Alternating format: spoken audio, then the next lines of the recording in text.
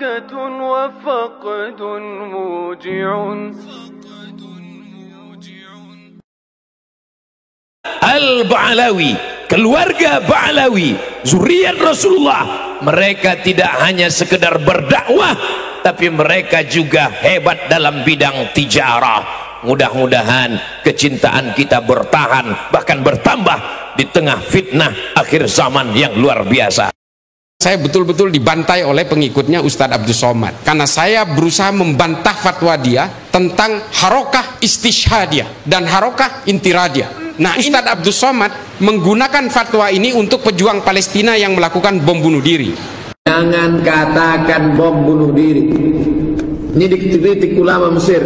Jangan katakan harakah intihariyah, tapi katakan harakah istishhadiyah.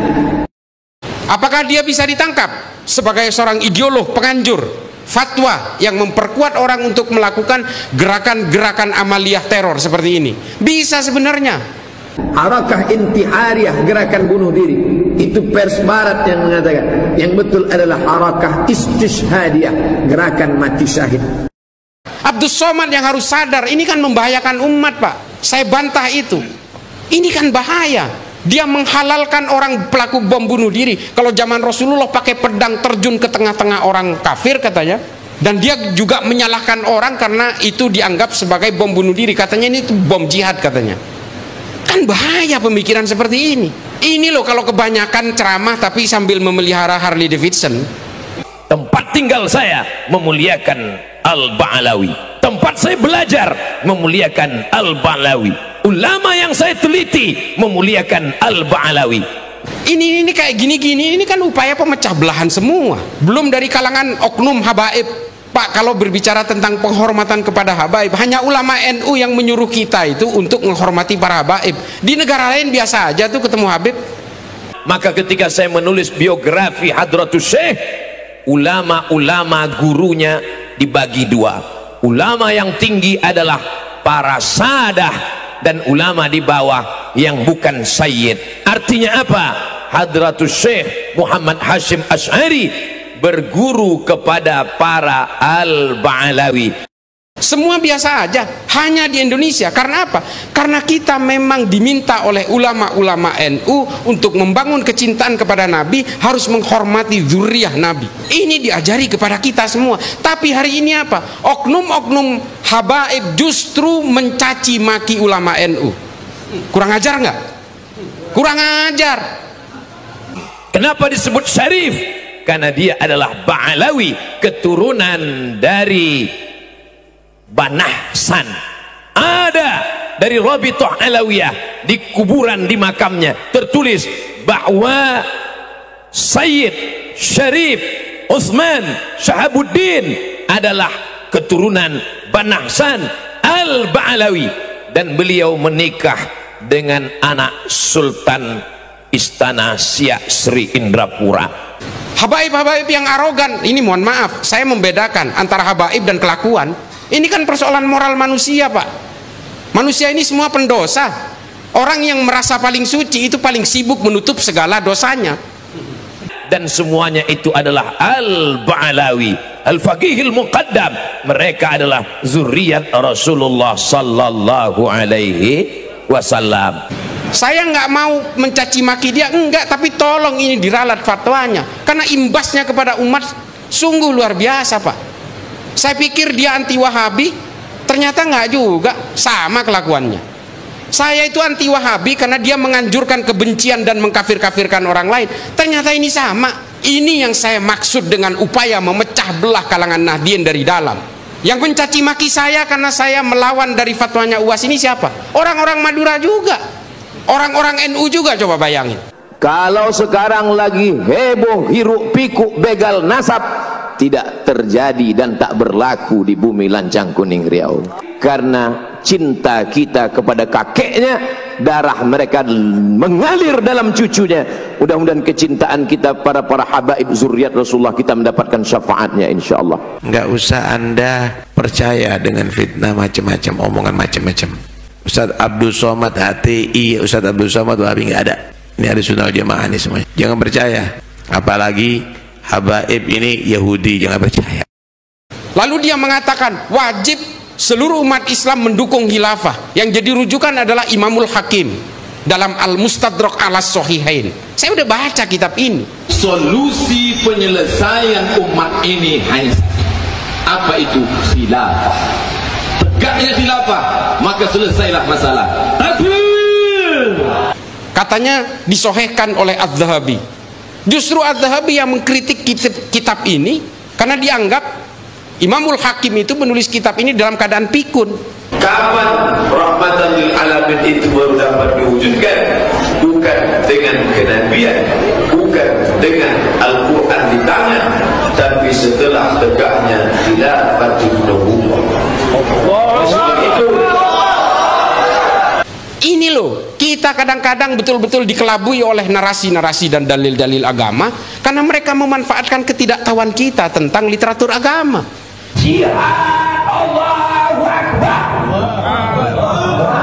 Saya betul-betul dibantai oleh pengikutnya Ustadz Abdus Somad karena saya berusaha membantah fatwa dia tentang harokah istishhadiyah dan harokah intiradiyah. Nah ini selalu dipakai, percaya nggak Bapak?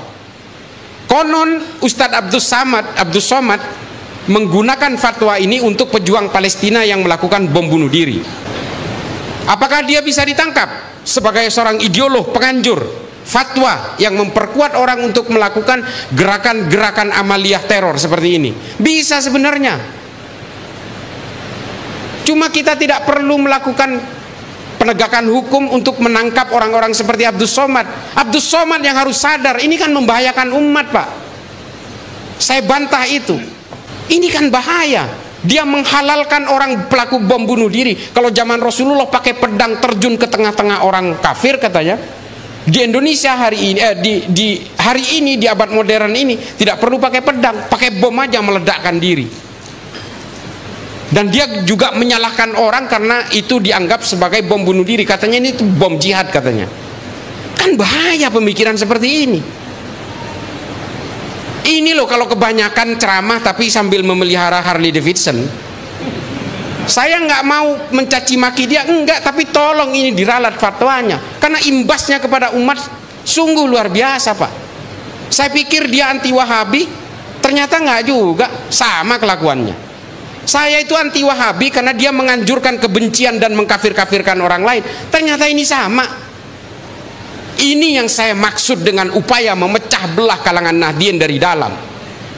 Yang mencaci maki saya karena saya melawan dari fatwanya UAS ini siapa? Orang-orang Madura juga, orang-orang NU juga, coba bayangin. Saya marah kalau ini karena hasil dari interogasi terhadap berbagai teroris itu, salah satu yang menjadi rujukan adalah fatwa-fatwa dari ulama seperti Abdus Somad yang memperbolehkan untuk terjun ke tengah-tengah orang dan meledakkan diri. Memang ada disclaimer yang dikatakan oleh Abdus Somad di dalam videonya, untuk wilayah-wilayah perang boleh melakukan itu. Di Indonesia sebagai negara aman tidak boleh katanya. Tapi menurut teroris kan ini bukan daerah aman. Menurut teroris Indonesia ini kan Darul Harb, daerah perang yang harus dikuasai. Semua orang yang bernaung di bawah Pancasila dan Undang-Undang Dasar 45 ini adalah orang jahiliyah yang halal darahnya. Makanya mereka menganggap Indonesia ini bukan daerah aman buat kelompok teroris itu. Jadi persoalan aman dan tidak aman ini menjadi disclaimer buat saya. Makanya nggak usahlah ngeluarin fatwa-fatwa seperti itu, bahaya buat umat. Kalau orang yang masih bisa mencerna, oke, that's fine. Tapi kalau orang yang tidak bisa mencerna keilmuan agamanya, ini kan selesai semua. Lalu dia mengatakan wajib seluruh umat Islam mendukung khilafah. Yang jadi rujukan adalah Imamul Hakim dalam Al-Mustadrak ala Sahihain. Saya udah baca kitab ini. Katanya disohehkan oleh Az-Zahabi. Justru Az-Zahabi yang mengkritik kitab ini karena dianggap Imamul Hakim itu menulis kitab ini dalam keadaan pikun. Ini loh, kita kadang-kadang betul-betul dikelabui oleh narasi-narasi dan dalil-dalil agama karena mereka memanfaatkan ketidaktahuan kita tentang literatur agama. Padahal Islam itu, Pak, Islam itu punya sejarah literatur yang luar biasa sehingga mengilhami keilmuan-keilmuan di Eropa hingga hari ini. Lensa HP ini Ini yang menciptakan prototipe pemikiran awalnya ini orang Islam, Pak. Nama kitabnya Al-Haya. Lalu kemudian kitab ini diusung ke Jerman, kemudian disempurnakan. Yang kita tahu hari ini yang menciptakan lensa kamera itu orang Jerman. Kalau ada yang berusaha membantah saya, ini semua sahih. Temuan-temuan Phil Caruso dari Tillman University ini betul adanya. Menurut Phil Caruso, kalau NU ini tumbang, Muhammadiyah, organisasi-organisasi keagamaan lain, ini mudah sekali. Organisasi-organisasi keagamaan yang moderat mudah sekali untuk ditumbangkan juga. Nah, melihat ini kemudian berbagai gerakan-gerakan power global, kekuatan-kekuatan global dari negara barat melakukan operasi-operasi pemecah belahan ini. Ada NU garis lurus, NU garis miring, NU garis lucu. Enggak itu teman, janganlah, itu teman saya. Ini kayak gini-gini, ini kan upaya pemecah belahan semua. Belum dari kalangan oknum habaib.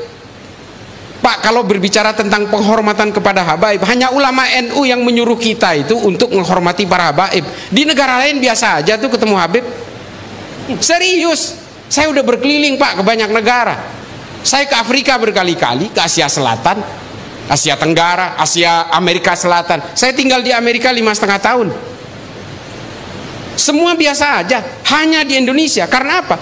Karena kita memang diminta oleh ulama-ulama NU untuk membangun kecintaan kepada Nabi, harus menghormati zuriyah Nabi. Ini diajari kepada kita semua. Tapi hari ini apa? Oknum-oknum habaib justru mencaci maki ulama NU. Kurang ajar nggak? Kurang ajar. Kita hari ini masih takdim kepada para habaib karena melihat para habaib yang tawaddu, yang masih berbasis tasawuf, Habib Lutfi, Habib Syekh, Habib-habib dari tapal kuda yang betul-betul menginginkan kita supaya kita betul-betul hablum minan nas, hablum minallah, kita betul-betul menjunjung tinggi kemanusiaan, kita betul-betul harus menciptakan kedamaian, rendah hati dan sebagainya. Karena kita masih melihat para habaib yang tawaddu itu. Habaib-habaib yang arogan, ini mohon maaf, saya membedakan antara habaib dan kelakuan. Saya membedakan itu. Ini kan persoalan moral manusia, Pak. Manusia ini semua pendosa. Orang yang merasa paling suci itu paling sibuk menutup segala dosanya. Ini kan logika dasar. Semua manusia ini punya takdir yang sama, punya kelakuan baik dan kelakuan buruk. Ketika manusia itu gagal mengalahkan dirinya, dia akan sibuk mengalahkan orang lain.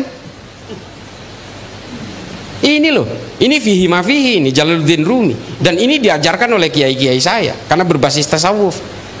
Dan ketika orang merasa paling suci, dia pasti akan sibuk menutup segala celahnya, menutup segala cacatnya.